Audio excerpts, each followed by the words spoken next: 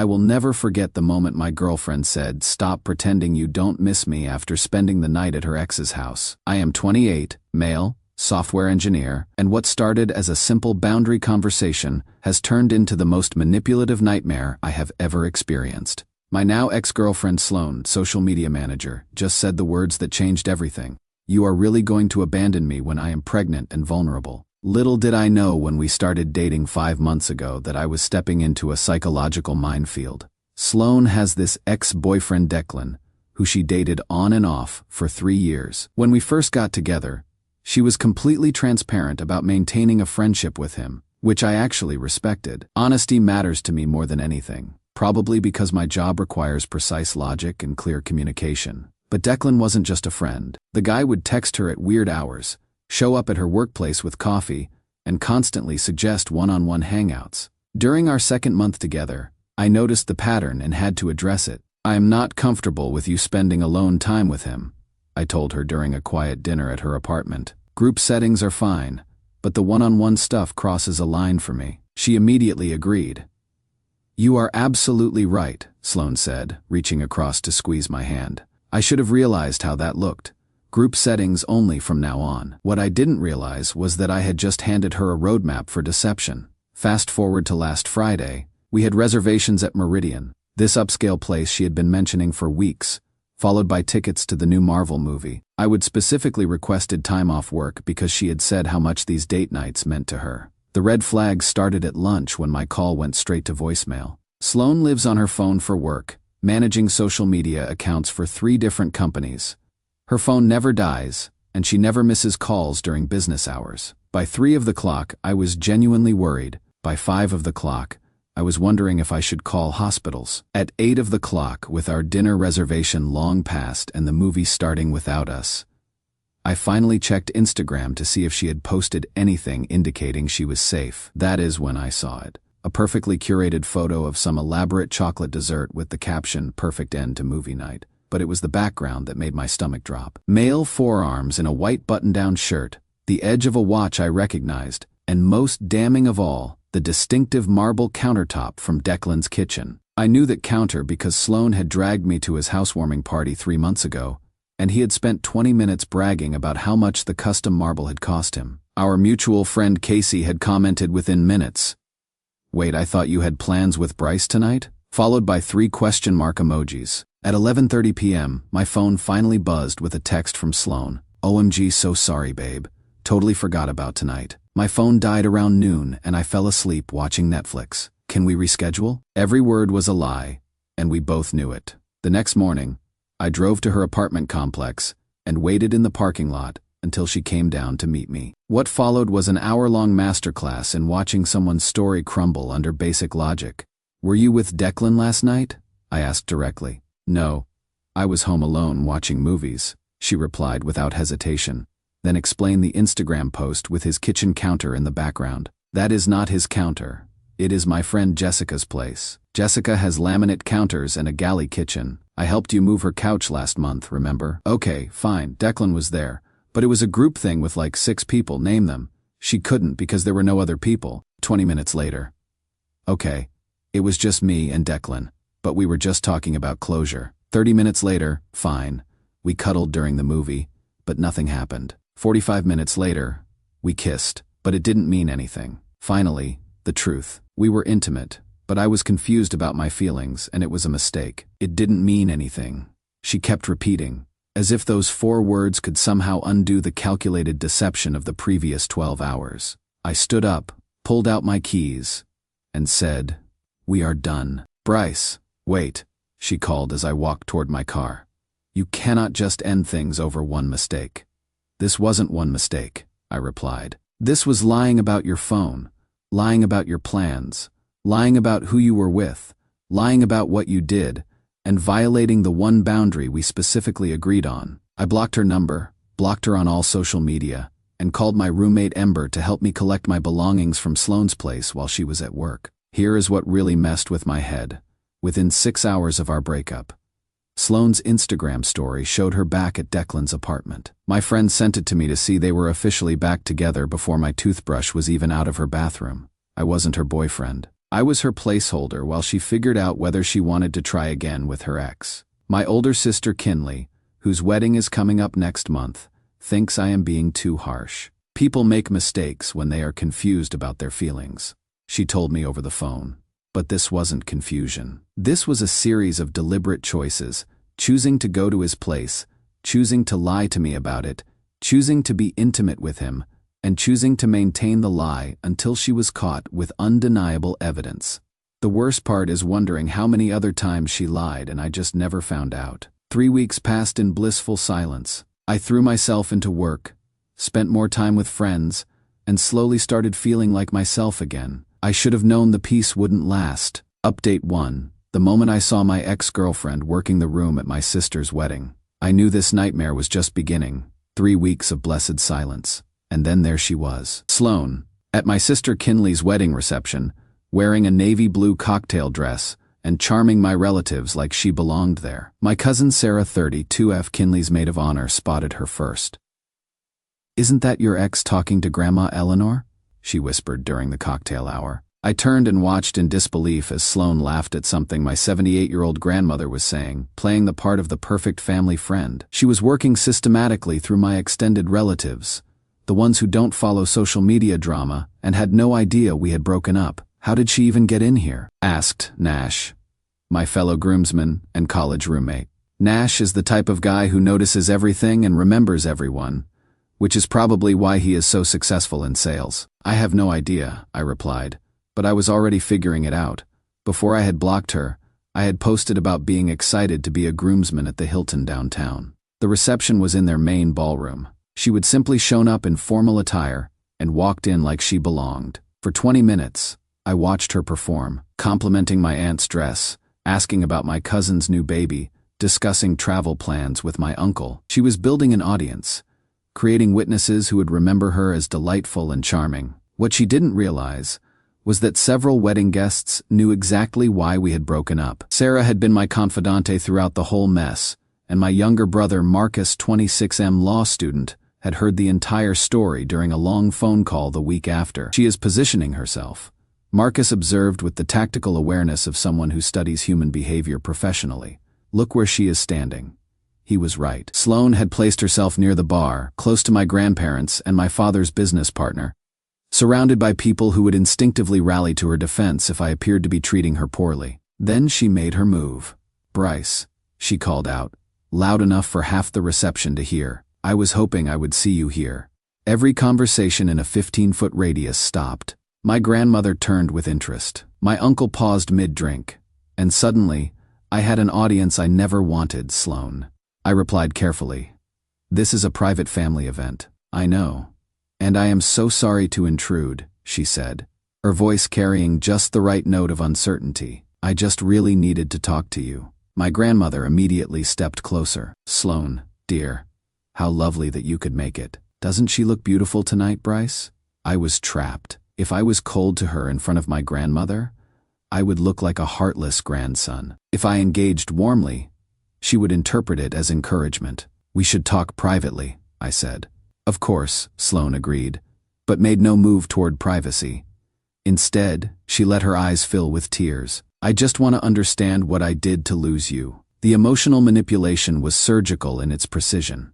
She was rewriting history in real time, transforming herself from cheater to confused victim. "You know exactly what happened," I said quietly, hoping to keep this from becoming a spectacle. "I made a mistake," she said, her voice breaking just enough to sound authentic. "I was scared of how much I was falling for you, and I panicked, but I realized you are the one I want to be with." Now my uncle was looking at me with concern.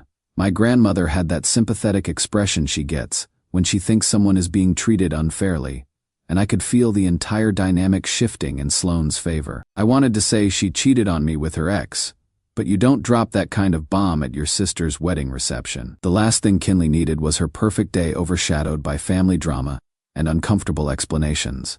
"This isn't the time or place," I said. "I am sorry," she continued, the tears flowing more freely now. "I just love you so much, and I have been so lost without you. I know I shouldn't have come here, but I was desperate." The word desperate was perfectly chosen. It painted her as vulnerable and me as powerful, flipping the actual dynamic of our relationship entirely. That is when Nash earned my eternal gratitude. He appeared beside us with a diplomatic smile and said, "Sloan, it is great to see you again. But I think there might be some confusion about tonight's guest list. Why don't I walk you out so you and Bryce can plan a proper conversation later this week?" His tone was so professionally courteous that even she couldn't refuse without looking completely unhinged. He had given her a face-saving exit that acknowledged her dignity while firmly removing her from the situation. "That is very thoughtful," she replied, recognizing she had been outmaneuvered. "Bryce, please think about what I said. I will be waiting for your call." As Nash escorted her toward the exit, she turned back one final time and said, loudly enough for everyone to hear, "I love you, and I am not giving up on us." The entire exchange lasted maybe 8 minutes, but the damage was done. For the rest of the evening, I fielded concerned questions from relatives who thought they had witnessed a heartbroken woman being rejected by her callous ex-boyfriend. My grandmother spent 20 minutes explaining how that sweet girl clearly adores you and questioning whether I was throwing away something special over pride. "She crashed your sister's wedding," Sarah pointed out when my grandmother was finally out of earshot. "She seemed genuinely upset," my grandmother replied. "Sometimes people do desperate things when they are in love." The narrative had been set. Sloan wasn't a boundary-violating stalker. She was a romantic heroine fighting for love. Edit. People are asking how wedding security allowed this. It wasn't that kind of wedding. Family and close friends. Maybe 80 people total, very relaxed atmosphere. The hotel doesn't check invitations at their ballroom entrance. If you are dressed appropriately and act confident, you can walk right in. Edit 2. Nash handled this perfectly. He could have embarrassed her or caused a scene, but instead he protected everyone involved, including Sloan's dignity. That is the kind of friend you want in a crisis. Edit 3. My sister was amazing about the whole thing. She barely noticed because she was focused on enjoying her day, and she thanked Nash for handling it smoothly. I still feel terrible that my drama invaded her perfect wedding. Update 2. I thought the wedding incident would be the end of it. I was wrong. What happened next showed me that Sloan wasn't just manipulative. She was completely detached from reality. The phone call that came the Monday after my sister's wedding revealed just how deep into delusion Sloan had fallen. "How could you humiliate me like that?" she demanded when I answered the unknown number. "You made me look pathetic in front of your entire family." I almost hung up immediately, but something in her voice stopped me. She sounded genuinely angry, not hurt or manipulative, angry, as if I had wronged her. "Sloan, you crashed my sister's wedding uninvited," I replied. "You humiliated yourself. I came there to fight for our relationship." She shot back, "And you treated me like some kind of stalker instead of the woman who loves you." The disconnect was staggering. In her mind, gate crashing a private family event was romantic persistence, and my shock was evidence of my emotional unavailability. "We have been broken up for about a month," I said. "There is no relationship to fight for. 2 months, where you have been too stubborn to admit you made a mistake," she replied. "Stop pretending you don't miss me. I could see it in your eyes at the wedding. Bryce, you missed me. You wanted to forgive me, but your pride got in the way." This was when I realized she was creating an entirely different reality. My discomfort and shock had somehow become longing and regret in her interpretation. "I need you to stop calling me," I said. "Fine," she snapped, "but don't think this is over. Everyone's going to know what kind of person you really are, how you lead women on and then destroy them when they need you most." The line went dead, but her threat wasn't empty. Over the next 2 weeks, I started hearing from mutual friends that Sloan was spreading a completely rewritten version of events. According to her story, we had had a private reconciliation conversation at the wedding where I had implied we might get back together, only to reject her publicly in order to humiliate her in front of my family. The narrative she was building painted me as a psychological manipulator who got satisfaction from raising women's hopes just to crush them. My roommate Ember started getting concerned texts from people asking if I was going through something dark mentally. My sister received 3 separate messages from family friends, wondering if there was something wrong with Bryce that they should be worried about. The breaking point came when my coworker Eric pulled me aside during lunch and said, "Hey man, is everything okay at home? Jennifer's friend heard you have been struggling with some serious commitment issues and taking it out on your ex." That is when I understood the scope of Sloan's campaign. She wasn't just venting to friends about our breakup. She was systematically poisoning my reputation with anyone who would listen, spreading stories that made me sound like I was having some kind of mental breakdown. Her goal was clear. If she couldn't have me back, she would make sure my dating life and social standing were destroyed. But karma, as they say, has a way of sorting things out. First, the wedding guests who had actually witnessed her manipulation started pushing back on her narrative. My cousin Sarah posted on Facebook about how inappropriate and uncomfortable it was when someone crashes a family wedding uninvited. Several relatives commented in agreement, describing the whole scene as manipulative and desperate. Sloan tried to defend herself in the comments but only made things worse, claiming she had been invited by Bryce while being unable to explain why I had looked so surprised to see her. Second, her relationship with Declan started imploding under real-world pressure. According to our mutual friend Jake, she announced her pregnancy exactly 3 weeks after they had gotten back together. Declan's response was pure panic. Dude apparently lost his mind, Jake told me during a coffee catch-up. Started talking about how they had barely been back together, how he wasn't ready for kids, how this was all moving too fast. What Sloan had failed to calculate was that Declan had only taken her back for the ego boost and the convenience of physical intimacy. When faced with actual commitment and responsibility, he reverted to his old pattern of emotional unavailability. The financial reality hit her hard too. Sloan had always maintained an expensive lifestyle. Designer clothes, frequent dinners out, weekend trips to wine country. She had assumed Declan would step up and provide the security she wanted. But the guy works in retail management and splits rent with 2 roommates.